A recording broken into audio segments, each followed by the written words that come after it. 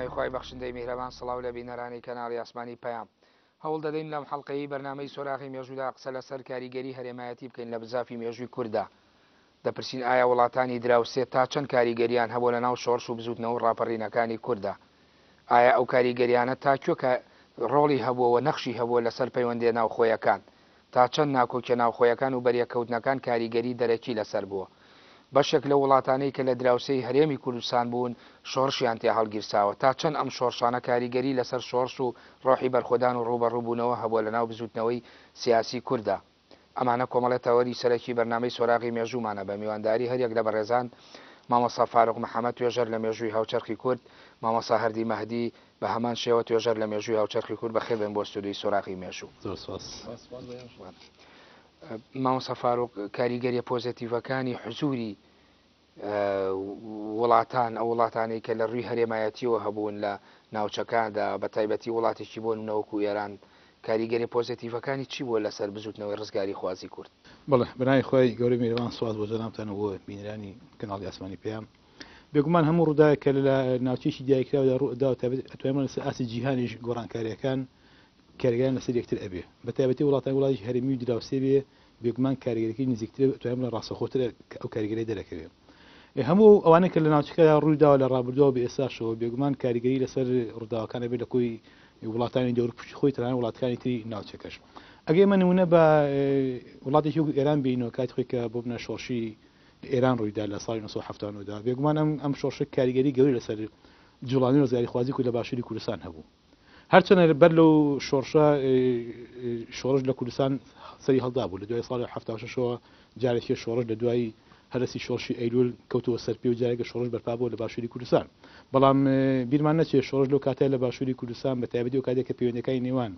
حکوومەتی عراقی و حکوومەتی شاهنشاهی ئێرانی دوای اتفاقی جەزائیر پەیوەندیی تونوتۆڵیان هەبوو. کاریگەری گەوری لەسەر شۆڕشی. بەڵێ مامۆستای بوو وەکو دەواازەیەک تۆزێت ناچیتەوە بۆ مێژوویەکی ئەندازەیەک دوورتر. ئێمە کوردستان بە تایبەتی ئەمە ئەوەی کە لە مێژووە زۆر باسەکرێ بوونمە لە ململانێ هەرێمایەتەکانی ناوچەکەدا شەڕی بوونمە بەناوبانگترین جەنگی چاڵدیران بووە، پەیمانی زەهاو بۆ ئەماسی ئەوەی ئەمانە بۆ خۆیان کاریگەری هەرێمایەتیە بوون. بێگومان کوردیش بەشێک بووە بەشێک لە ناو گرفتەکانە، ینی لەوانە ینی کورد لەکوێ ئەو پەیمان و ئەو ڕێکەوتناون و ئەو جنگانەدا بۆ زۆر جار بۆ بە ژێرپی قاچی هێزەکان و ئیمپراتۆریەتەکانی ناوچەکە کە زیاتر ئەو دوو هێزە گەورەی کە لە سنووری ناوچەکانی کوردستان بوو. بەڵێ بەدڵنیاییەوە نەمی زۆر بگەڕن بۆ دووە، گەر نابگەڕن بۆ دواتر بێگومان لە ئێمە لە ناوچەکە کۆمەڵی وڵاتی زیلهێزمان هەبووە، ئەگەر بگەڕن بۆ ڕابردوو عوسمانی سەفەویمان هەبووە و پێش ئەوانیش و دوای ئەوانیش بەردەوام کوردستان بۆتە گۆڕەپانی ملانی ئەم هێزانە دوو هێز یاخود دواتر دوای سەفەوی دەوڵەتانی کە لێران دامەت بە هەمان شێوە کوردستان بۆتە مەیدانی ململانی ئەو دوو دەوڵەتانە. وهروە چەندین ڕێکوتنامە چەندین پەیماننامە لەسەر خاکی کوردستان بەسراوە خاکی کوردستان لە نێو ئەم وڵاتانەدا سنوورەکەی ئاڵۆگۆڕی پیاکراوە، دابش کراوە، میرەکانی منیشنەکان دابش بەسەر ئەم دوو دەوڵەتە بەبێ کورد حزوری خۆی هەبێت لەم دابشبوونەدا وەکو کارکتەرێک وەکو کارتێکی تا ڕادەیەک فشار بەرامبەر یەکتر بەکاریان هێناوە. وەگەر هەر لە سەر بگەڕن بۆ مێژووی نوێژ یاخود بڵێ مێژووی هاوچەرخیش لە دوای جەنگێکی جیهانی و بێگومان ئەم کاریگەریە بەردەوام دیارە و حزوری هەیە و بینراوە. ئەگەر ئێمە بۆ منە لە سەردەمی شۆڕشی شێخ مەحموودەوە شێخ مەحموود چەند جار کە لە مەسەلەن لە بەرامبەر ئینگلیز پەنای بۆ ئێران بردووە، دوازار کە ئێران و عێراق ڕێیەکەون و جارێکیکە تەسلیم بە حکوومەتی عێراقی بێت و دوور دەخرێتەوە بۆ یاخود نەفی ئەکرێ کەواتە لەو کاتەوە تا ئەمڕۆ بێگومان ئەو کاریگەریە حزوری هەیە. ئەگەر بگەڕێمە بۆ سەردەمی شۆڕشی ئەیلول بۆچی هەرسیێنا بۆچی شکستیێنا بەنەجاوی اتفاقی جەزائیر بوو کە لەنێو ئەم دوو دەوڵەتەدا دەوڵەتی عێراقی و دەوڵەتی ئێرانیدا بەسرا، دوایە کە ئەمانە بە ئامانجی خۆیان گەشتن بۆ منەوە کاتێکە ڕژێمی شاهنشاهی ئێرانی و بە پاڵپشتی ئەمریکا وڵاتانی تر هاوکاری شۆڕشی ئەیلولیان نەکرد. بەڵام کاتێککە شاو حکوومەتی عێراقی ڕێکەوتن اتفاقی جەزائیریان بەست پشتیان لە کورد کرد، جارێککە شۆڕش هەرسیێنا بە هەمان شێوە کە لە قۆناغی دەرجاگە شۆڕش دەست پێکاتەوە ئەتوانین بڵین هەمان مێژوو هەمان ڕووداو بە جۆرێکی لە فۆرمێکی ڕووداتەوە. بەڵێ سوپاس مامۆستا هەردی ئەمانە مێژوو کردە ئەمانەی کە کورد دەبێتە بەشێک لە کەرەستەی کێشە و گرفتەکانی ململانی نێوان هێزەکان لە ناو خۆدا یاخود هەر ڕێڕەوی ئاسایی ئەم هێزانە خۆی بۆ ئاڕاستا بووە کە دەبێ یعنی کوردیش ببێ بە بەشێک لە کێشە و لە ململانەکان لە ناوچەکەدا. ڕاست خۆی مامۆستا ئارام ئەگەر وەکو چەمکی کورد دەڵێ وەریگرین کورد خۆی چییە خۆی بەلای زۆر گرنگە ڕەنگە لە ناو ئاسایی ئەم بزانین کورد چییە بەس کورد خۆی چییە وەکو گوتاری سیاسی کوردی ئایا حزوری هەیە نییە ئەمە کێشەکەیە من پێش بچمە سەر وەڵامدانی بە کورتیەک بێت بڵێمانی ئێمە بە درێژایی ئەو تاریخی کە باسێکین ئێمە زەوی کوردمان هەیە و شتێکشمانەیە بە ناوی کللتوری کورد بەس حزوری گوتارێکی سیاسی بەسم جوگرافیایکی پانە کە مەسم دەمێکە کورد لەسەری دائنیشێ تەنها ئەوەنە بەڵام گوتارێکی سیاسی کوردی کە بتوانێت کورد کۆکاتەوە لە چوارچەوەی ئەم گوتارە ئێمە کۆ ببینەوە وەکو تۆیەک بە دەوریا محورێک بە دەوریا هەبوو بین گوتارێکی سیاسی کە دەوڵەتێک لەتی کردبین شتیوا وجودی نییە لەبەرەی هەر ئەو لەحظانەی کە ئیتفاقەمەوە دەکرێت دابشکردن بێ کۆکردنەوە بێ لەتکردن بێت کوردەکان لە چوارچەوەی گوتار ئێستا وایە ینی کوتارێکی یەکگرتووی کوردی بە مانای ئەوەی تعبیرکە لە کوردبوون کە هێزە سیاسەن کۆکاتەوە و مەدانی گوتارەکە کوردستان بێت ئێمە حزوری گوتارێکی بەو شێوەیەمان نییە تا بڵێن باسی باسی درێژایی مێژووی ڕابردوو بە درێژایی ئەو تاریخی کە مێژونوسان پیان وایە کورد دابشکراوە من پێم وایە کورد وەکو کۆمەڵە وەکو کللتوری وەکو کوتلەیەکی کۆمەڵایی دابشکراوە وەکو گوتارێکی سیاسی دابش نەکراوە من بۆچی وەڵێم ئایا کورد پێش چاڵدێران هەبووە پێش چاڵدێران حزوری سیاسی هەبوو وەکو دەوڵەت خۆی من یەک قسەکە مامۆسارە ئەم قەڵەمە کاتێک گەڵین شکێنرایە لە تکرایە دابشکرا کە پێشتر حزوری هەبوو بێت ئایا کورد پێش ئەمە حزورێکی سیاسی تەواجدی وەکو یەکەیەکی سیاسی وەکو وحدەیەکی ئیداری سیاسی پێش چاڵدێران وجودی هەبووە تا سەفەوی عوسمانیات بن شکاندی بێتیان لەتیان کردبێت بێشک نەمان بووە لەو چوارچێوەش پێشەوە ئاخۆینلو بووە تەیموریەکان بووە نازانم مەغۆلەکان بوون ئێمە هەر لەم حاڵەتی لە دەورەی کۆنتری ژەروا بوو بەڵام با من زۆر نچمە سەر ئەو قوڵایەکە ئێستا ئەمێنێتەوە سەر ئەوەی کە تۆ گوتارێکی سیاسی کوردی کە لە ململانەیە بێت لەگەڵ گوتاری هەرێمایەتی چه گوتارێک بێت ناو ئێرانە کارابوو بێت لە تورکیا کارابوو بێت لە عێراق کارابوو بێت ئەم گوتارە وجودی هەیە بە یەک پارچەی بێشک وجودی نییە ئەم بە تەبیعەتی حاڵ یعنی تلقایی ئێمە ڕوبەڕووی ئەومانەکەیتەوە کە دابشبوون حاڵەتە نۆرماڵەکەی کووردە نەک کۆبوونەوە چونکە کوردبوون هەویەک نییە کە تۆ بتوانانی دیاربەکریەک لەگەڵ سلێمانەیەکە لەسەر ئاستی مەساڵحی اقتصادی بە پلەی یەک لەسەر ئاستی کللتورێکی مشترک بە پلەی دوو کە هەوێن بێ بۆ بەرگری لە خۆکردن تۆی بەسی بە ئیدارە و دەوڵەتەوە ئێمە خۆتەزانی کۆمەڵێک میرنشین هەبووە دوا بە دوای شەڕی چاڵدیران دوایتر ڕێکەوتنی کوردی عوسمانی ئەکرێت لە کۆمەڵێک میرنشینی کوردی پەیمانوە لە ڕێگەی مەلا ئیدریسی بەدلیسیەوە دووپاتەکەنەوە بۆەوەی کە هاوکاری دەوڵەتی عوسمانین بوو خۆی ئەمانە بۆ خۆی بە جۆرێ لە جۆرەکان بەواتە ئیداریەکەی کە هەگەر لەسەر تەپۆلکەیەکیش بێ ئیمارەتێکی کوردی دروستە بۆ خۆی کوردبوون نەبوو بە قسەکەی تۆ زۆر تەواوەڵی کۆمەڵێکمان هەیە کە خۆی کەوتی کۆمەڵێکمان بڵێن ڕێی جیاواز من نامێ مەڵێ بڵێم ئێستا تاریخی کوردبوون تاریخ کوردبوون جیایە لەگەڵ حاڵەتی کوردبوون وەکو بزافێکی قەومی کە هەویەیەکی نەتەوەیی بێ بۆ کورد ئەمە قسەیەکی ترە ئێمە ئەڵێن کۆمەڵی مێنشینمان هەیە لەبەر ئەوەی کە ئیدارەیەکی ترمان نییە گەورەتر بێ لە مێنشین بۆیە مێنشینەکانمان پێویستە بەکاریبێنی لە ناو تاریخە وەگەڕانەوەی ئێمە بۆ مێنشین و ینی نووسینەوە و ئعادە نەزەر بە مێنشینەکانەوە سود وەرگرتن لە مێژوو ئیلهام وەرگرتن لە مێنشینەکان خۆی بۆ خۆی مانای ئەو ئەگەێنێ کە ئێمە ئیدارێکی گەورتر لە مێنشینمان نەبووە با من بتبەمەوە بۆ یعنینەکە ئەی خۆی بۆ خۆی ئەمە پێناسییا شوناسێ بۆ جوگرافیایە کە تۆڵی ئەپرسیارەکەی هەبووە یاننا ئەمە شوناسێ بە جوگرافیا بوو ناداتەوە شوناسێ بەو ناوچێ ئەیا کە مێنشینەکەی تیا بووە بەڵام ئەم مێنشینە ینی سنوورەکەی ذهنیەتێکی عقلانی و هەویەتێک کە ینی شوناسێکە کۆکەرەوە بێ ئەمە زەویەکەی بپارێزێ و ئەمە دەوڵەتەکەی پارێزێ نەبووە بەڵکو جۆری نفوزی ئەو سەرک خێڵە یا ئەو قەڵانشینە یان ئەو میرنشینە جۆری نفوزی ئەو بەهێزی نفوزی ئەو حدودی کوردستانەکەی دیاری کردووە باشە ئەگەر ئەمە بکە بە دوا بڵێن هینی وەڵامەکەت بۆ من ئایا ئەمە مێژوو کردە ئەمە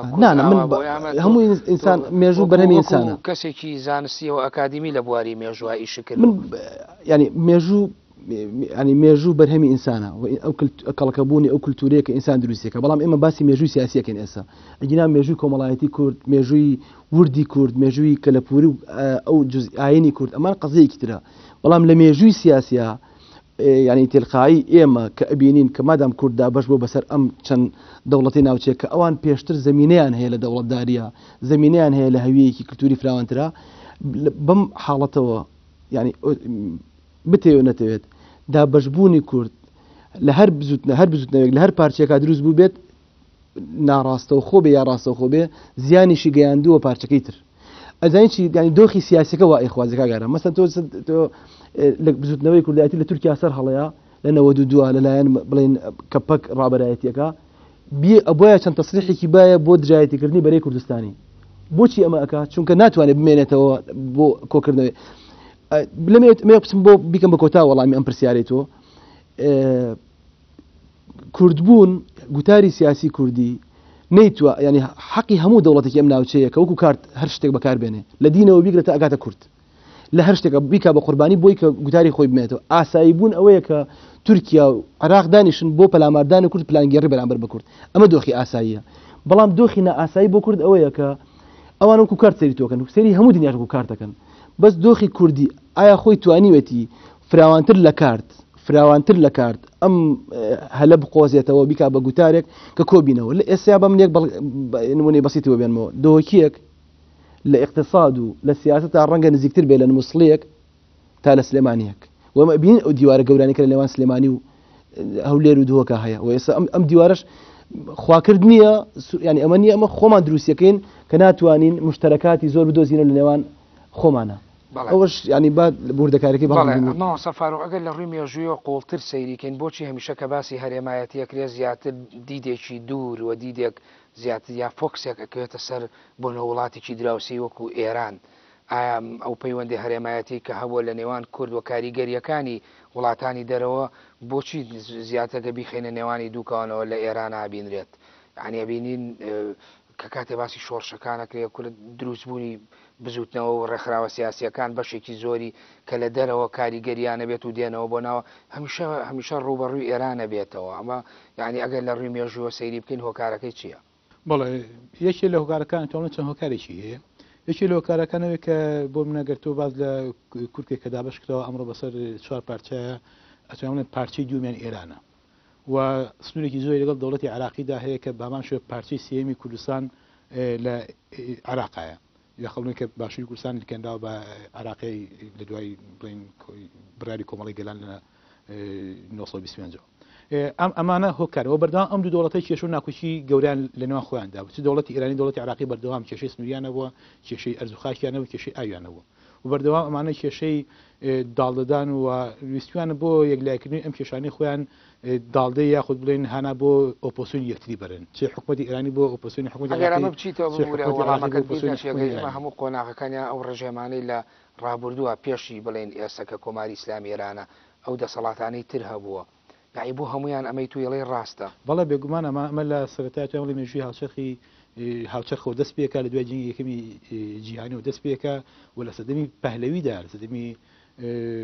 ڕەزاشا و محەممەد ڕەزاشای کوڕیدا لە 1925 تاوەکو 1970 بێگومان ئەمە کاریگەری گەورەی هەبووە و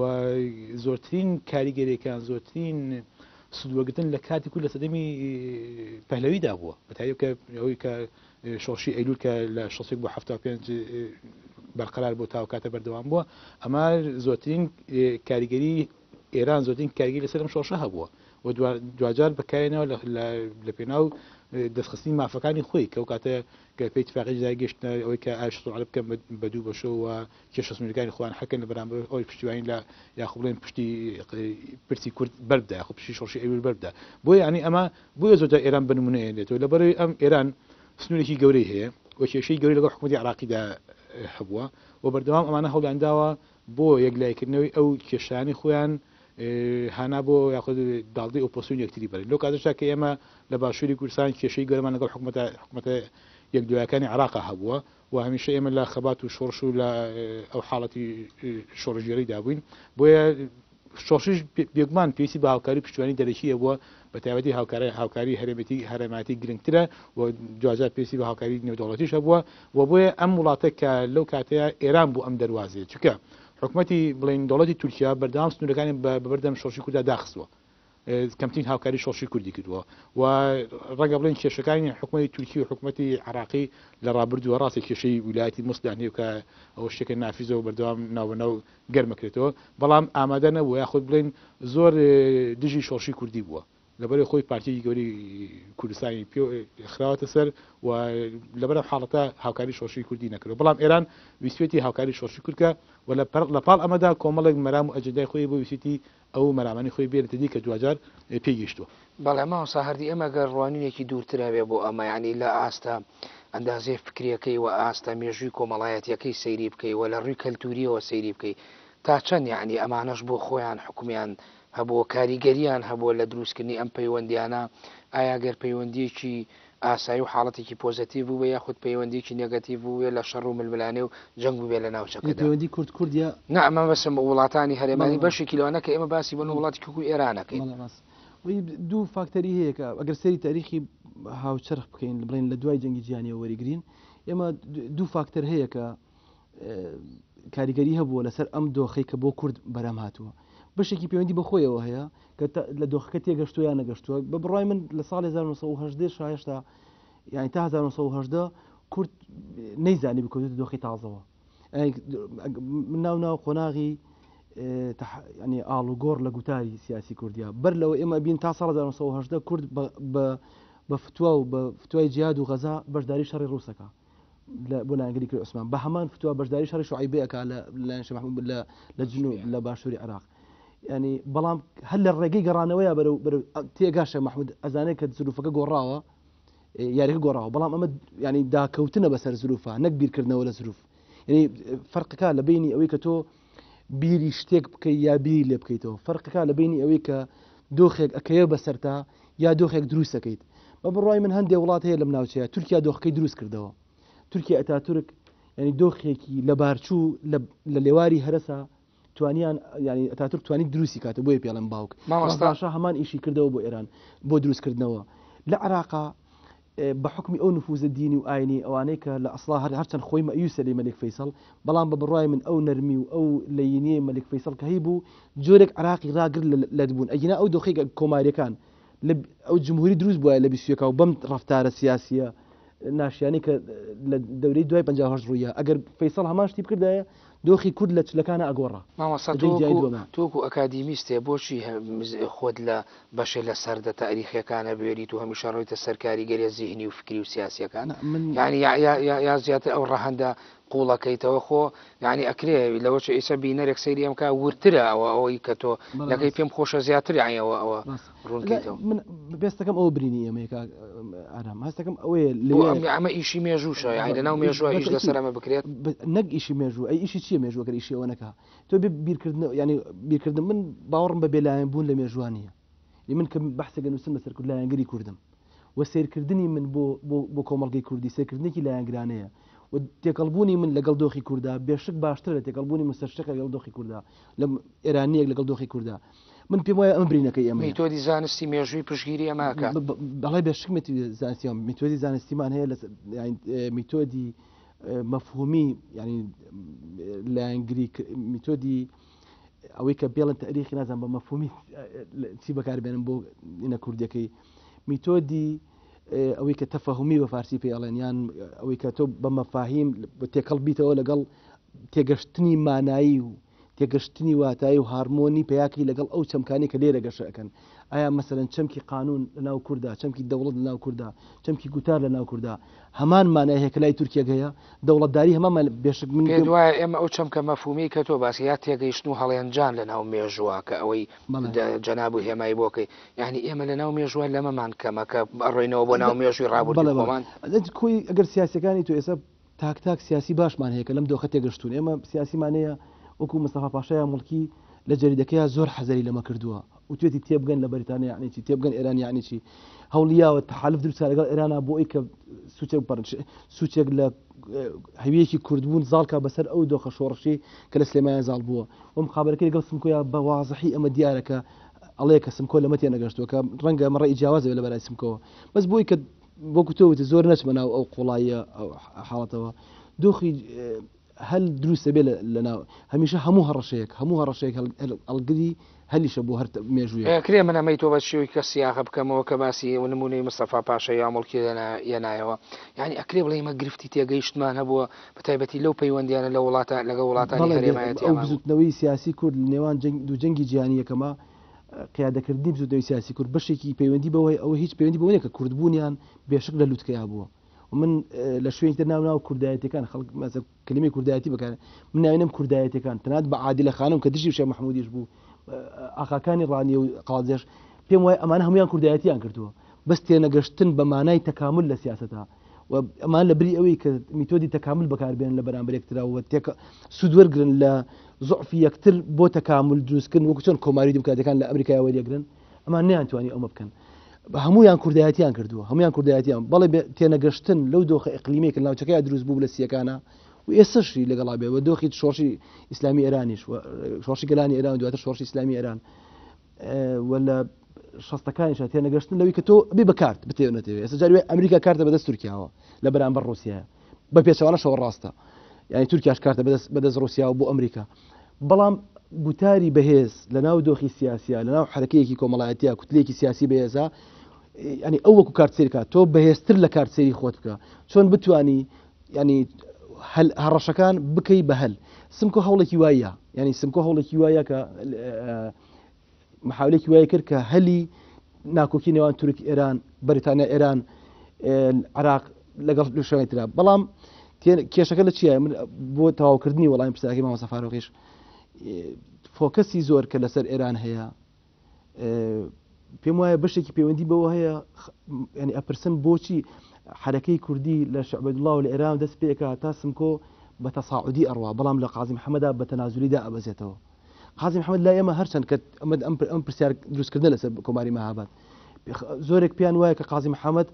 ینی بزوتنەوەی کوردایەتی گەیان دەلوتکە بە ڕای من لە حکوومەتداریە ڕەنگە گەیان دەبێت لوتکە لەو یان زەمان کوردە کە تێستێکی بەهێز نییە بتوانین تێستیکەین بەڵام لە شعاری کوردی و لە شعاری کوردبوون و سەر بەخۆی کوردایشکان چونکە ئێمە قازی محەممەد شۆڕشەی کرد بەچی دیموکراتی بۆ ئێران ئۆتۆنۆمی بۆ کوردستان لە کاتێکا ئەوانەی کە لە ئێران شعاری ئەوەی سمکۆ زیاتر ناسیۆنالیسمانەتر هەردووکیان سەربەخۆیە ینی هەردووکیان قسەکردنە لەسەر کوتلەیەکی سەربەخۆ پەیوەندی بە تاران و ئەستەمبوڵ و شوێنەکانی ترەوە نەبێت قازی محەممەد ئەم تەنازوی درست ئێستا ئەوانەی مێژوو نووسان محەقانی مێژوو لەمە ئەپرسن بۆ شۆڕشی کوردی بۆ شێو دەست پێکات و بۆ شێ دابەزێ ئەم نەریتی قازی محەممەد کاگەران بیر نەچێ ئێستا لە ئێران لە عراق بۆتە میرات لە تورکیاشە بۆتە میرات دوای گرتنی عەبدوڵڵا ئۆجەلان کە پێمان نەریتێکی باش نییە ئەم داشکاندنیانی بۆچی تۆ لە عراق چ پێویستە کات باسی ئۆتۆنۆمی و باسی فیدراڵی بکەیت بەڵێ مامۆستا فاروق هەموو ئەوانەی مامۆستا هەردی باسیەکە ئەمانە کاریگەریان دروست کردووە لە ناو شۆڕش و بزاف و ڕاپەڕینەکانی کورای خود ئەو بەرخۆدانانەی دروست بووە بەڵام ناوبڕێ وەرەگەم دوای ناوبڕەکە وەڵام بەرەوە بینەڕانی بەڕێز و خۆشەویست ناوبڕێکی کورد وەردەگرین و دەگەڕێنەوە لاتان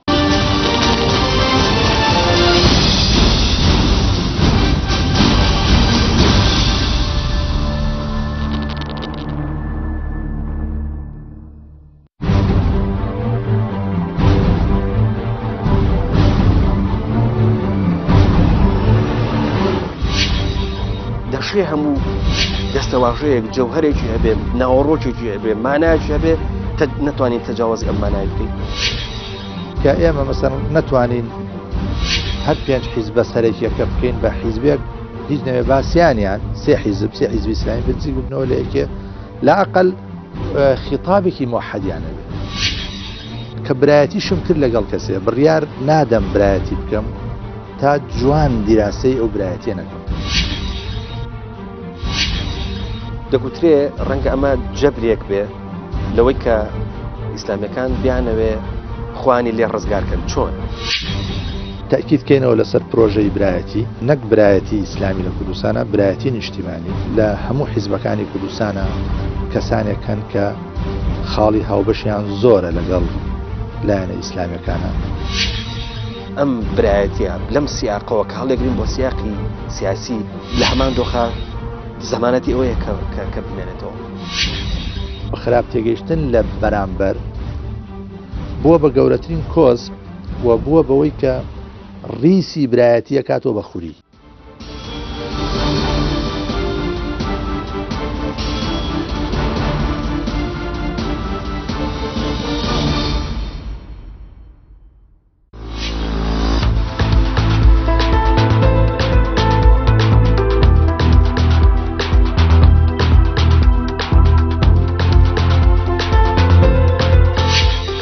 ئەمڕۆ لە باشووری کوردستان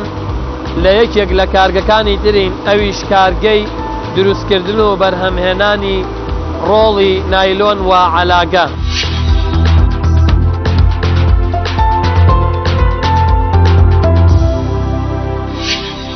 کارگەی پلاسیکی وەکو مەعمەلێکیکە نییە یەکسەر میشکە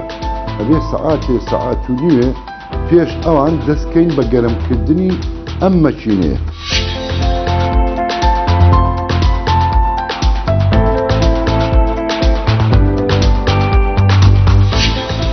پاشەوەی کە کڵێشەمان بەست و دیزاینەکەمان لێ بەست و ڕۆڵەکەمان گۆڕی و بە ڕۆڵێکی گەو بەو دیزاینەکە ئەمانەوێ ئێستا هەڵەتین بە ئیشپێکردنی چاپەکە.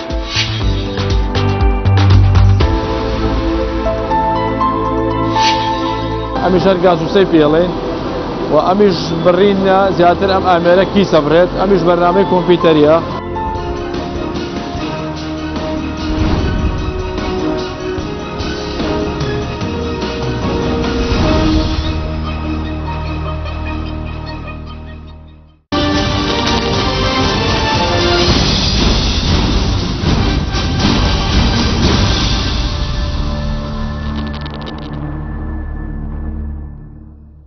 دووبارە سڵاو.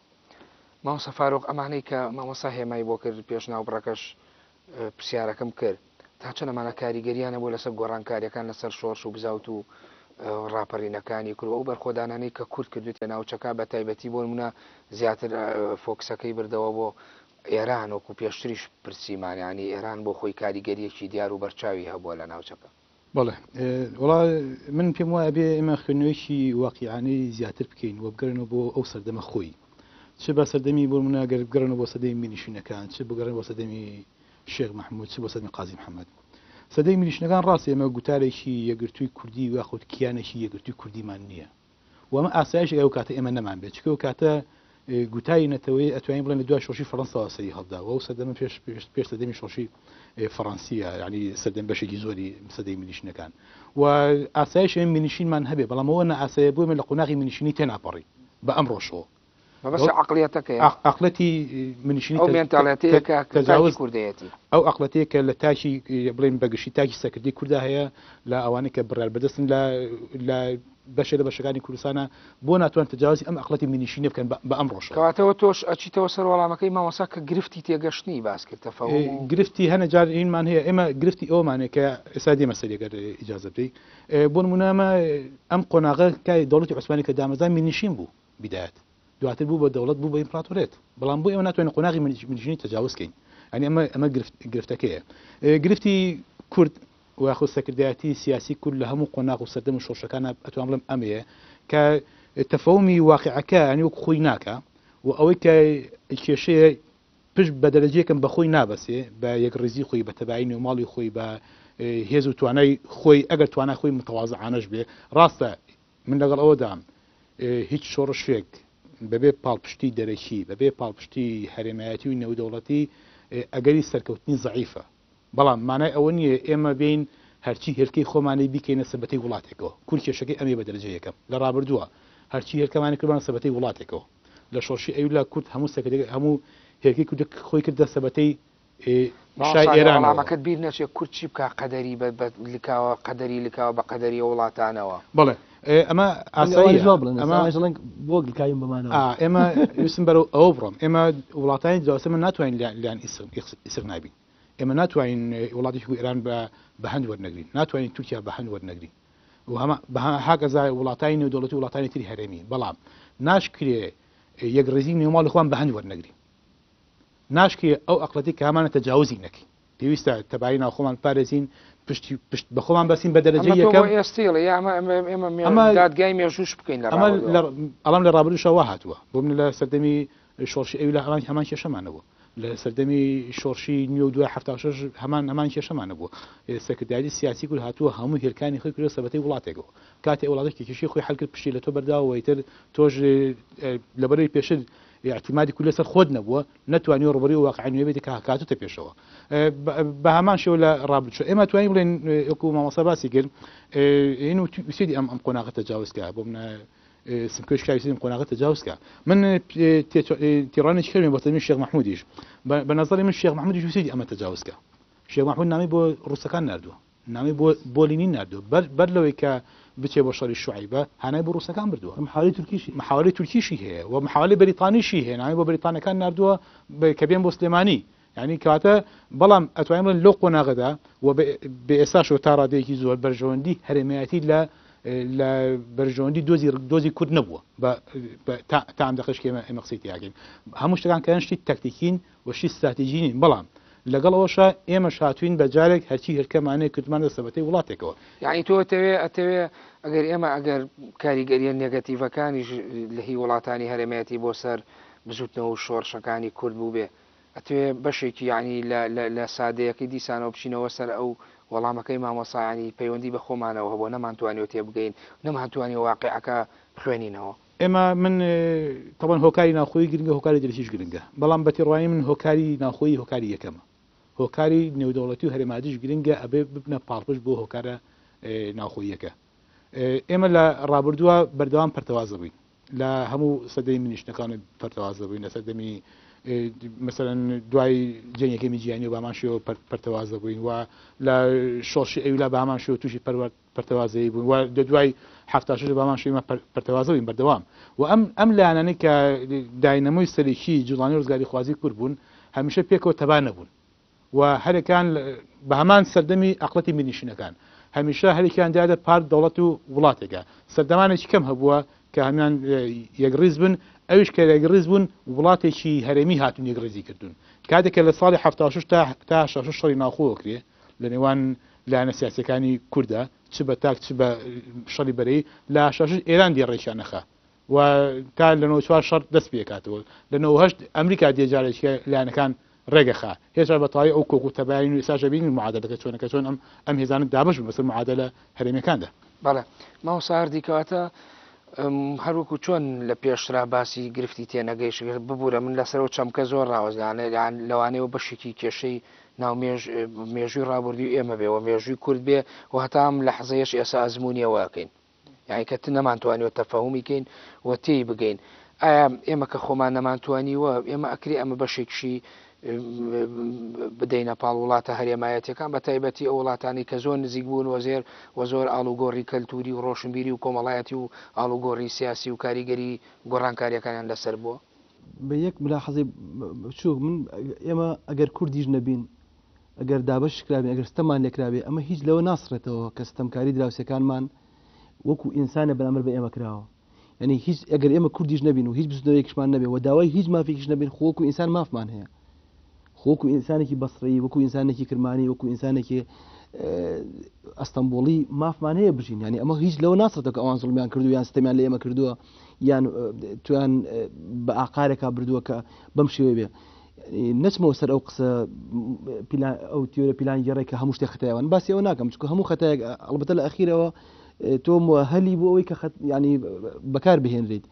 کێشەی ئێمە لەوەی ئایا چۆن بەکارهێنانەکانمان تەسویقێکی سیاسیان پێ بکەین کە ئێمەش بە کەڵکی خۆشمان بێت ئەو بەکارهێنانە ئەگینا خۆ عیب نییە ئێستا ئەڵمانیا زۆرترین سەربازی ئەمریکی لە ناو تەواجودی هەیە لە ئەڵمانیا لە یابان تەواجودی هەیە ئەم بەڵام بەکارهێنانەکەی لە قەتەر لە خلیجا ئێستا ئەمریکا تەواجودی هەیە بەڵام قەتەر هەیە و لە دراوسی ئەمریکاش ئێستا چۆن بتوانی ئەو زوعفانەی خۆت ئەو هەڕەشانەی کە لەسەر خۆت هەیە وەکو هەل بەکاریان بێنیت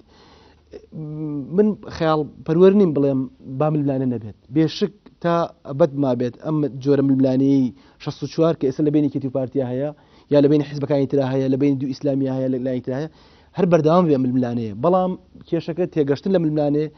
سەقافەی ململانێ ئەوەیە کە تۆ بتوانی بەر لە ململانێ یا لە کاتی ململانەیە بیر لە زمینەیەکی مشترک بکەیتەوە ئێمە دووشت لە یەک جیا بکەینەوە لە تاریخە ئەو تاریخی کە ئێمەمانەوێت کە خەیاڵی بۆ ئەەکەین جیایە لەوەی کە ئەو تاریخی سوودی لێوەرەگرین بۆ نەقد و نەشتەرکاری خۆمان هیچ مێژوویەک نییە کۆن بێت ینی ئێستا کە ئێمە گەڕاینەوە بۆ چاڵدێران گەڕاینەوە بۆ سەردەمی ڕۆمانەکان گەڕاینەوە بۆ سەردەمی شۆڕش و پێشۆڕش و هیچ مێژوویەک من دیدی من بۆ مێژوو ئایەکە ماوەسا ئارام کە مەدرسەی فراوان لە پشتیەوە هەیە هیچ مێژوویە کۆن نییە ئێمە مێژووی کۆن و نوێ و ناوەندمان نییە هەموو مێژوویەکە ئێمە دەستی بۆ بین ئیشمان پێێتی بۆ ئەمڕۆ ئێمە بۆچی ئێستا باسی چاڵدێرانەکەین ئەی بۆی ئەڵمانێک باسی ناکات چونکە ئیشمان بە چاڵدێرانەیە چاڵدێران برینێکە کە ئێمەمانەوە جای دووبارە نەکەینەوە کەرەستێک بۆ ئێستا کەواتە هەموو مێژ ئەوی کە کرۆچێ باوەڕی پێێتی ئەنی هەموو مێژوویەک حزوری ڕۆژانەیە باسی حامورابیەکەین چکە پێویستمان ناڵگام بخوێنن ئەگەر بۆ خۆ دراوسی حامورابیش هەبووە خۆ پێش حامورابیش پاشای ترە بۆ باسی ناکەین کەواتە سوود وەرگرتن لە مێژوو بۆ مەئیوسکردن نییە ئەوەندەی بۆ ئەوەیە کە تۆ بینایەک بکەی ئەوەی کە مامۆستافارۆ گوتی زۆر جوانە کە تۆ هێلکەکانی خۆت هەمیشە مانەوەی خۆت پابند نەکەی بە سەبەتەی بەرامبەرەکەتەوە وا بکەی کە ئەگەر ئەم سەبەتەیەش نەمێنێ وجودی تۆ هەر بمێنێ ئێستا کورد کەمێک بەرحەلەیەکی وای تێپەڕاندوو بەهۆی خۆیەوە نا بەهۆی جیۆپۆلیتیکەکەیەوە ئێمە بینی سێر کە ئێران ئێستا وڵاتێکی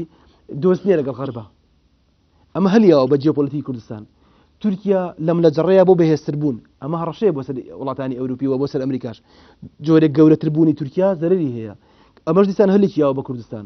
لاوازی بەغا و ینی پشتێکردنی لە غەرب لە ڕێگەی تەحالفاتی لەگەڵ وڵاتانیترەوە وای کردووە کە کوردستان لە ڕووی جیۆپۆلیتیکەوە بۆ یەکەم جارە کە هەمیشە ئێمە ڕەنج جوگرافیا ستەمی لە ئێمە کردووە ئەوە تا ئێستا خێری پێکردوین ئەوە تا ئێستا جیۆپۆلیتیکی کوردستان بۆتە خێر هەولێر وەکو جیۆپۆلیتیکی سیاسی وەکو وحدەیەکی سیاسی خێرێکە بۆ کوردستان بەسەر یاباریەوە بەڵام کورد خۆی لێ تێناگا کاک ئارام کورد خۆی ناتوانێت ئەم فرسە سیاسی کە مامۆستا هەموو بۆ مێژوش ئەمە ڕاستە یاخودە بە تۆ ئەتەوێ ینی ئێستا کە ئەزمموی ئێمە ژیانەکەن لەناو من کە نەقدی سمکۆ ئەەکەم بۆ ئەمڕۆ نەقدیەکەم بۆ خۆی نەقدی ناکەم خۆشەویستی تایبەت مانی بجیا لەوە جای تەتەڕفەکەم لەوەی کە سمکەم خۆشەیە تەتەڕفەکەم لەوەی شعبێت لام خۆشەیە یان ینی شێخ سەعیدم خۆشەیە ئەمە قەزیەکی تر بیخێنە ئەولاوە بۆ ئەمڕۆیە ئەمە کاتێک کە ئەڵێن سمکۆ لەگەڵ سەید تەهایە بەگوێی سەید تەهای نەکرد لەگەڵ نیزەکان ڕێکەوێ ئەمە ڕخنەگرتن نییە لە سمکۆ ڕخنەگرتن لەمڕۆی ئێمە ڕخنەگرتن لەوەی کە ئێمە ئەمڕۆ تێناگەین کە ئەنجەرلیگەکەوێتە مەترسیەوە لە تورکیا بێت تۆ بزانی هەولێر ئەتوانێت بەدیلی ئەنجەرلیگ بێت کاتێک کە حسار خێتە سەر ئێران ئایا کوردستان ئەکرێتە بازارێکی سیاسی بۆ ئێران بازارێکی اقتصادی بۆ ئێران کاتە تۆ کاریگەری ئەو بارگاوی بوونەی کە لە دەرەوە بۆ ناوخۆوە بێ ینی کاریگەریەکی باشی نەبووە بە ئاڕاستە پۆزیتیڤەکەی توانی کاریگەری باشیشی هەبێت بەڵام تۆ چۆن لیتیەکەی ئەم بانمونەیەکتر بۆ بێنمەوە کاتێک کە رووسیا و تورکیا تێگەچن ئێران ئەبێتە بازاری گەورەی اقتصادی مەوادی تورکی و مەوادی ڕوسیش ئەلەم ساڵی ڕابردووە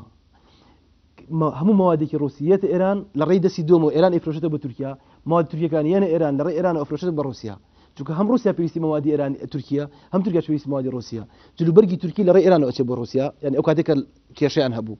کەواتە هەڕەشە بۆ سەر تورکیا و بۆ سەر ئێران کردیان بەهەل ئایا هەڕەشە بۆ سەر کورد تا چ نەکراوە بەهەل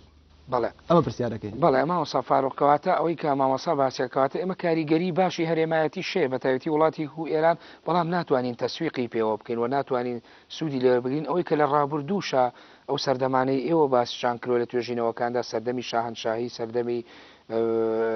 شۆڕش کە لە ئێرانە دروسە بێ ینی نەماتوانیوە تەسویقی پێوە بکەین بۆ ئێمە ئەبێ هەمیشە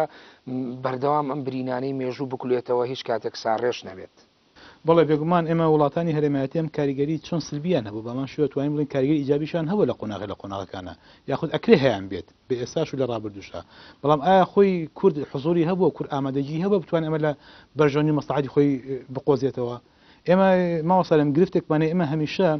لایەنەکان هاتوین ینی لەناو خۆمانە پەرد بووین دابەش بووین هەرێکەمان ئاڕاستەی هەرێمایەتێکمان گرتووە بە ئێستاشەوە چۆن لە کاتی خۆیان ملیشینەکان دابەژون بەسەر عوسمانی سەفەویدا ئێستاش لایەنەکان دابەژون بەسەر تورکیا و ئێراندا بامان شێوە بۆ ناوچەکانی تر بۆ ئەگەر دووتر بڕۆین بۆیە یعنی نەبوونی گوتارێکی سیاسی یەکگرتو نەبوونی ئەجەندایەکی یەکگرتو نەبوونی استراتیژیکی ڕوون ئەمە وایە کە کورد خۆی هەمیشە لە بازندا بخولێتەوە ینی من وتم ینی ئێمە سەکردەکانمان سەکردە سیاسیەکانمان ئەوەی کە بڕاربردەستەوە ئەتوانن سیادێکی دروست بگرنە بەر ئەبێ ئەم ئەقلەتە تەجاوزکەن کە لە ڕابردووە بەڵام مامۆستا فاروق بووانە بۆی سێم بۆ نوە باسێکە شۆڕشەی بکەین لە ئێرانە لە ساڵی 1970 دروست بووە وانە ینی ئێستا تقریبا 38 ساڵ ئەگەر هەڵەندا 38 ساڵ تێ پەڕێ بەسەر یەکەم چرکە ساتە وەختی بڵێن ئەو ساڵیادی ئەو شۆڕشەدا یعنی ئەمە دروست بۆ خۆ ئەم شۆڕشە ئەبینین بزوتنەوەی ڕزگاری خوازی کوردیش تەکانێکە ئەچێتە پێشەوە بەتایبەتی لە باشووری کوردستان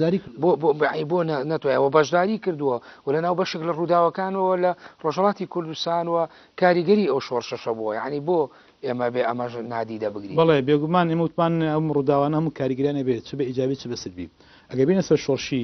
ئێران ساڵی 1970 ئەوەی کە شۆڕشی گەلانی ئێران یاخود شۆڕشی ئیسلامی ئێرانیش پێوترێ 2000 کۆماری ئیسلامی ئێران هاتە سەر حکم و ڕژێمی شاهنشایی پێچرایەوە ئەم شۆڕشەی کاریگەری گەورە و ڕاستەخۆی لەسەر باشووری کوردستان هەبووە بەڵام بیرمان نەچێ دوجار کاریگەری سلبیشی هەبوو کاریگەری ئیجابەکەی ئەو کە لەو کاتەیە شۆڕش دەستی پێکرد و شۆڕژی گەمارە دابوو چ لایەن حکوومەتی عراقی چ لایەن حکوومەتی ایرانی بە پێی اتفاقی جەزایر بەڵام کە ڕژێمی شاهنشایی گۆڕا ڕژێمێکی کاتە سەر حکوم ئەم ڕژێمە دوژمن و نەیاری حکوومەتی عراقی بوو دوژمنی یەکتر بوون و هەلیدا بە شۆڕش هەموو ئەوانەی کە سەرکردەی شۆڕش بوون لەو کاتەیەوە ێستا زۆریان حزوریانی و لە ژیانتان بیرۆری خۆیان نووسیوتەوە هەموو ئاماژە بۆدەن کە ئەگە شۆڕشی ئێران نەبووە ئەستەم بوو شۆڕشی کە لە هەفتاد دەستی پێکەوە یاخ بڵێن شۆڕشی نوێ بتوانێت بەردەوام بێ بۆ لەبەرەی گەمارەی توندی لەسەر وەڵام دوایەوە دەرفەتی ڕخسا کورد ئەم پشگیریەکی باشتر بوو پشگیریەکی باشتر بوو دامێکی باشتر بوو ئەمقی ستراژی بۆ کوردیش بۆ ئەوان باش بوو بەڵێ لە جەنگی جیهانی جەنگی 8 ساڵەیە کورد بەرەفراوانەکەی جەنگ ئەو بەڕێوەیە ویستیم بێمە سەر ئەوە ئەمە کاتێککە جەنگ هەڵەگیسێنیان ئەم دوو وڵاتەدا هەلێکی لەبار هاتە پێش کە کورد بتوانێت بیقۆزێتەوە بەڵام لەو کاتە کورد لەبەر بێ ئەمەم قۆزێتەوە بەداخەوە خەریکی شەڕی ناوخۆ بوو خەریکی شەڕی بەرەکانی جد و جوقەت بوو ئەمە کاریگەری ئیجابەکەی بێگومان کاریگەری هەبوو توانێتی ئەو تەکانێ بە شۆڕش بە شۆڕش قۆناغێکی پێشتر بەڵام جارێک کە سەکردایەتی سیاسی کورد بەگشتی دێنەوە سەر هەمان هەڵێکە لە شۆڕش ئەولا کردیانەوە جارێک کە جوڵانەوەی زیادی خوازی لە باشووری کوردستان ئەوێ بە بەشی لە جەنگی عراق ئێران بە تایبەتی لە ساڵی 1966 کە دوایەوەی تر زۆربەی حیزبەکان ئەبنە هاوپەیمانی ئێران و پێکەوە چالاکی هاوبەش لە نێوان هێزەکانی پێشنەوە پازارانی ئێرانە ئەنجامەدرێ ئەمە جارێککە چۆنڵی ناوچەی کوردستان خاشی ئازادکراوی کوردستان باشووری کوردستان ئەبێتە مەیدانی جەنگی عراق ئێران و دواشری چۆن لە ڕابردووە کاتێککە حکوومەتی عراقی و حکوومەتی ئێرانی لە 75 ڕێکەوتن شۆڕشی کورد هەرسیێنە جارێکی کە لە 1970 جەنگی عراقیرانەوە سێ جارێککە شۆڕشی کورد بە شێوەیەکی ڕانەگەیەنراو هەرزیێنێ ئەمە بهێنیتەوە دیسان بۆ ناو ماڵی کورد و ناکۆچەکان کە ئەم جەنگە بەشێکی زۆری ناو ماڵی کورد لە باشووری کوردستانەگە ئەمەی بڵێم کە لەو کاتەشا کورد نەیتوانی وەکو پێویست واقعەکە بخوێنێتەوە ئێمە شتەکە دوولانە حاڵەتە ئاساییەکەی یا ئەو ڕێگەی کە ڕێگە دروستەکەی بیخوێندایەتەوە بۆیە چی کردا حاڵەتە ئاساییەکە ئەوەیە وەکۆڵێ ئەکادیمیەک لە بواری مێژووداوە توێژینەوەتەیە لەسەر ئەو باڵێ حاڵەتە ئاساییەکە ئەوەیە متمانبێ هەموو جوڵانێکی ڕزاری خوازی کورد پێویستی بە هاوکاری هەرێمی نێودوڵەتی هەیە ئەمە شتێکی حاشاڵ نەگرە کاتی خۆی کە ئەتاتورک بۆ نمونە کە زۆرتی احتمال لەسەر ناوخۆ بوو بەڵام دامی سۆڤێتی هەبوو کەتوانن کەمترین دامی دەولی هەبوو دامی سۆڤێتی هەبووە بۆیە یاشێکی ئاساییە کە ئێمە بین دامی وڵاتان وەربگرین یاخود ئیسفال لە دامی وڵاتان کەین بەڵام نابێ ببینە بەشێک لە ئەجەندای ئەو نابێ بینە کارتی فشار ئەو حکوومەتە ئەو دەوڵەتە بەکارمانێت تا پێویست پێمانە بێ کە پێویست پێمان نەما پشمان تێبکەوە ئێمە شۆڕشەکەمان هەرس بێنێ ئەمێ ئەو بڵم ئەکرا سەکرداری سیاسی گویا خودیانە سیاسەکان سوودیان لە جەنگی عراقیران وەربگرتایە بەڵام جەنگی هاوەشیان پێکەوە نەکردایە هاوکاری لۆجستی هاوکاری پێویستیان وەربگرتە بەڵام بەرەی جەنگی خۆی تێکەڵ بە بەرەی جەنگی عراقیران نەکرد بەڵام ئێمە گەر بە دیوێکی تریشا بێڵێن باشە بەشێکی زۆری ئەوەی کە ئێمە ڕژێمێکی ستەمکارمانە بۆ لە ناوخوا بەردەوام ئێمە دووچاری چەسانە و تونندوتیژ و جینۆسایر بووینەتەوە یعنی هەست ناکەی بە دیوێکی تری باشتری شادیسان بگەڕێنەوە بۆ ئەو دی و یا بۆ ئێران وڵاتێک بۆ هاتۆ بە دەم کوردەوە هاتۆ بە هانایەوە و ئەمە دیسان بۆ بە جۆرە لە جۆرەکان ئێمە نەمانتوانێت تەسویقی ئەمە بکەین بۆ خۆمان ڕێکخستەوەتەوە لەناو ئۆردوگاکانی ئێران و لەو شوێنانی کە شوێنی پەناهندەی بوو دووبارە خۆمان بەهێز کردوەوە بەرامبەر ڕژەمە ستەمکارەکەی وڵات شتەکە دوولایەنەیە مامۆستا یەکەم سەکردایەتی یاخودن شۆڕشی کورد مەحکوم بووە تا ڕادەیەک یاخود شادەماری بژانۆی بوو لەو کاتەدا هیچ وڵاتێکە هیچ شوێنێکە هیچ دەواازەیەکی تر نەبووە بۆیە ناچار بۆ تعامل لەگەڵ ئەم وڵاتانە بکە خو سوود بێ لەو جەنگەوە بگرێ بەڵاوتم هەڵەکە لێرەدا بۆ کە هات جەنگەکەی تێکەڵ کرد یاخود بوو بە بەشی لە ئەو جەنگە ئەکرا مەدانی جەنگی خۆی بەجیا بووە بەڵام سوودیشی لەو ناکۆشی ئەو وڵاتانە وەربگرتایە لایش دوێمیش ئەوەیە کە ینی وەگوتم هەمان هەڵی ڕابردوو دووبارە کراوە من دوو سەکردەی سیاسی کە ئێساژ تا سەکردەی سیاسین لە بیرۆری خوانە دووشت دەڵێن یەکەم ئەیان دەڵێ کە ساڵی 1960 چین بۆ ئێران اتفاقیمان لەگەڵ ئێرانە مۆر کرد ئەڵێ کاتینەوەتمان بەخوا ئێمە ملەتێکی داوماومانەیە هەموو جیهان لەم کادا دژی ئێرانە ئێمە تازە ئەبین هاوپەیمانی ئێران يعني وەک پێویست واقعیان نەخوێنێتەوە بەڵام لەلایەنی خۆیان بەناچار بینیوە بەڵام گوتم ئەکران نەبوو تا برێک لەو جەنگە بەڵام بە شوێنی شوێنێک بوویتە هاوپەیمانی و لە بازنەیەشتی لە شوی کە تۆ هاوکاری وەرگرتە ئەژیشکان ئەڵێ ئەڵێمە لەو کادا پێچەوانەی ڕەوتی تاریخ بووین چونکە هەموو وڵاتانی زلهێز یا هەموو وڵاتانی دنیا بەژووری عێراقیان نەکرد دژی ئێران ئێمە تازە بە تازاتین بوونێتە هاوپەیمانی ئێران کە دواتر ئێمە بە قۆناغێکی کاتی سوودمان لێوەرگرت ئیسفایانمان لێ کرد هاوکاری و لۆجستی و هاوکاری پێداویستی جەنگمان وەرگرت بەڵام دوجار لەگەڵ وەستانی جەنگی عێراق ئێرانە جارێکە شۆڕش وەستا بەڵام بە شوێکی ڕانەگەیەنرا جگە لە چەند مەفرەدی پارتیزانی شێکی ئەو تۆنەما تاکو دواتر کە ڕاپەڕینی ئازاری 1990 دێتارەوە ماوەساردی قسەیەک تێ تاقیبێک تێ لەسەر ڕوانی ماوەسە فاروق لەسەری ماوەسە فاروق یەک بیکەم بە ملاحەزەی کۆتایی جواب زانم کاتی بەرنامەکەەوە ئەخوازێ لێکێک لەو تێبینایەتی کە لەس تاریخی ڕابردوو هەیە ئێمە بە هەڵە هەمیشە وەکوی کە چۆن بەکار هاتوین دەرێ پشتیوانی لە کارتی هەڵەمان بەکارێناوە بۆ من لە کاتێکە 2023 عراق سەدام ئەڕوخێ ئەوەتە من لەگەڵ منوتم ئەگەر من بمایە کورد لەو کاتێ یاموت سەدام مەڕوخێنن سەدام لاوازکەن مشکلەمان نەبوو ینی مشکلەمان نەبوو کەمێک سنی خۆمان فراوانتر کردایە سەدام بمایەتەوە بە زەعیفی باشتر بوو لەوەی کە ئێستا حکوومەتێکی تر دروستکەی کە تەباییمان زۆر کەم بۆتەوە ئێستا دووەم مەسەر لەگەڵ لە بری ئەوەیەک چۆن ئەمریکا لە جەنگی جیهانی دووەم پشتیوانی لە لاوازەکان کرد چونکە مەرجنی هەمیشە لەگەڵ بەهێز بیبیتەوە پشتیوانی لە دوو لاواز کرد ئەو کاتە سێ لاواز بەیەکەوە لە بەهێزەکان بەهێزتر بوون ئەمە دوو سێم لە 2023 ئێمە هاتین لەگەڵ حزبی داعوە تەحالفمان کرد کە حزبێکی بەهێزە پێویستی بە تۆ نییە لەو منطقە لە کاتێکە ئەبوایە لەگەڵ حزب بچووکان تەحالفمان کردای بۆیە هەمیشە ئەو لە وەکو چۆن ئێستا ئەمە ڕاستەکە لە ئەنگری عبادیەکەین چونکە عبادی لاوازە پێویستی بە پەناگەی خارجی هەیە یەکشی تر ئارامی کەم بە ملاحەزاتی کۆتاییم ئێمە ململانێ ئەبێ بکەین هیچ کۆمەڵگەیەک بەبێ ململانێ کۆمەڵگەیەکی مردووە بەڵام ململانێ کۆتاییەکەی تەکامل بێت ینی بۆ تەواوکاری یەکتر بێت ئێمە لە هەموو باسیەکە ئەمە باسی ئەوە کە نەماتوە ئیسtismاری ئەو پەیوەندی هەرێمە کاریگەریە ئەو تەکاملە زۆر گرنگە ئێمە پێویستمان بە سنووری ئێران هەیە کیلۆمەتریاتێکی زۆر لە نێوانمانە هەیە بەبێ ئێران ناتوانین نە وڵاتێکی باش بین نە دراوسەیەکی هەمیشە بە دراوسێکی باشن بۆ ئەوانیش بیرماجاری وها بۆی مەخراین سەر ئێران نەویستووە لە ساڵ 1990 بەڵگەنامەکانی میسر و دروستکردنی عراق شایەتیمان بۆ ئەمەیەن بەڵام لەگەڵ ئەوەشە مانەوەی ئێمە لێرەیە ئەو بلایەنەمان کە لایەنگری ئێرانە ئەو لایەنەمە کە لایەنگری تورکیا ئەکری هەروە بمێنەوە بەڵام بە تەکامل بۆ خزمەتی کوردستان بگەڕێمە بۆ نقطەیەکی ئەساسی کە جەوهرە لەسەر مێژوویەکی مشترەکی خەباتی تقریبا 100 ساڵی ڕابردوومان ئێمە سیستەم لەگەڵ حکوومەت جیا ناکەینەوە لە یەکتر با ململانێ بکەین لەسەر ئاستی دژایەتی شەخ مەحموود بکەین بەس دژایەتی ئیدارەکەی نەکەین با دژایەتی پەرلەمان بکەین با دژایەتی سەرۆکی پەرلەمان بکەین بەس دژایەتی نظامەکە مەکە یعنی دژی سەرۆکی هەرێم دژی سەرۆکایەتی هەرێمی هەڵەیە دژی سەرۆکی هەرێم بە بەڵام دژی سەرۆکایەتەکە مەبە لە کیانەکەیان ینی لەگەڵ سیستەمەکە بە بەڵام حکوومەت لە ئەمریکا ژوایە دژی نظامی ئەمریکی بی دەرتەکە دەرەوەی سیستەم و بەڕێوەبردن دوشتی جواب سیستەمە تۆ دژایەتی حکوومەتی و ئیداری ئۆباما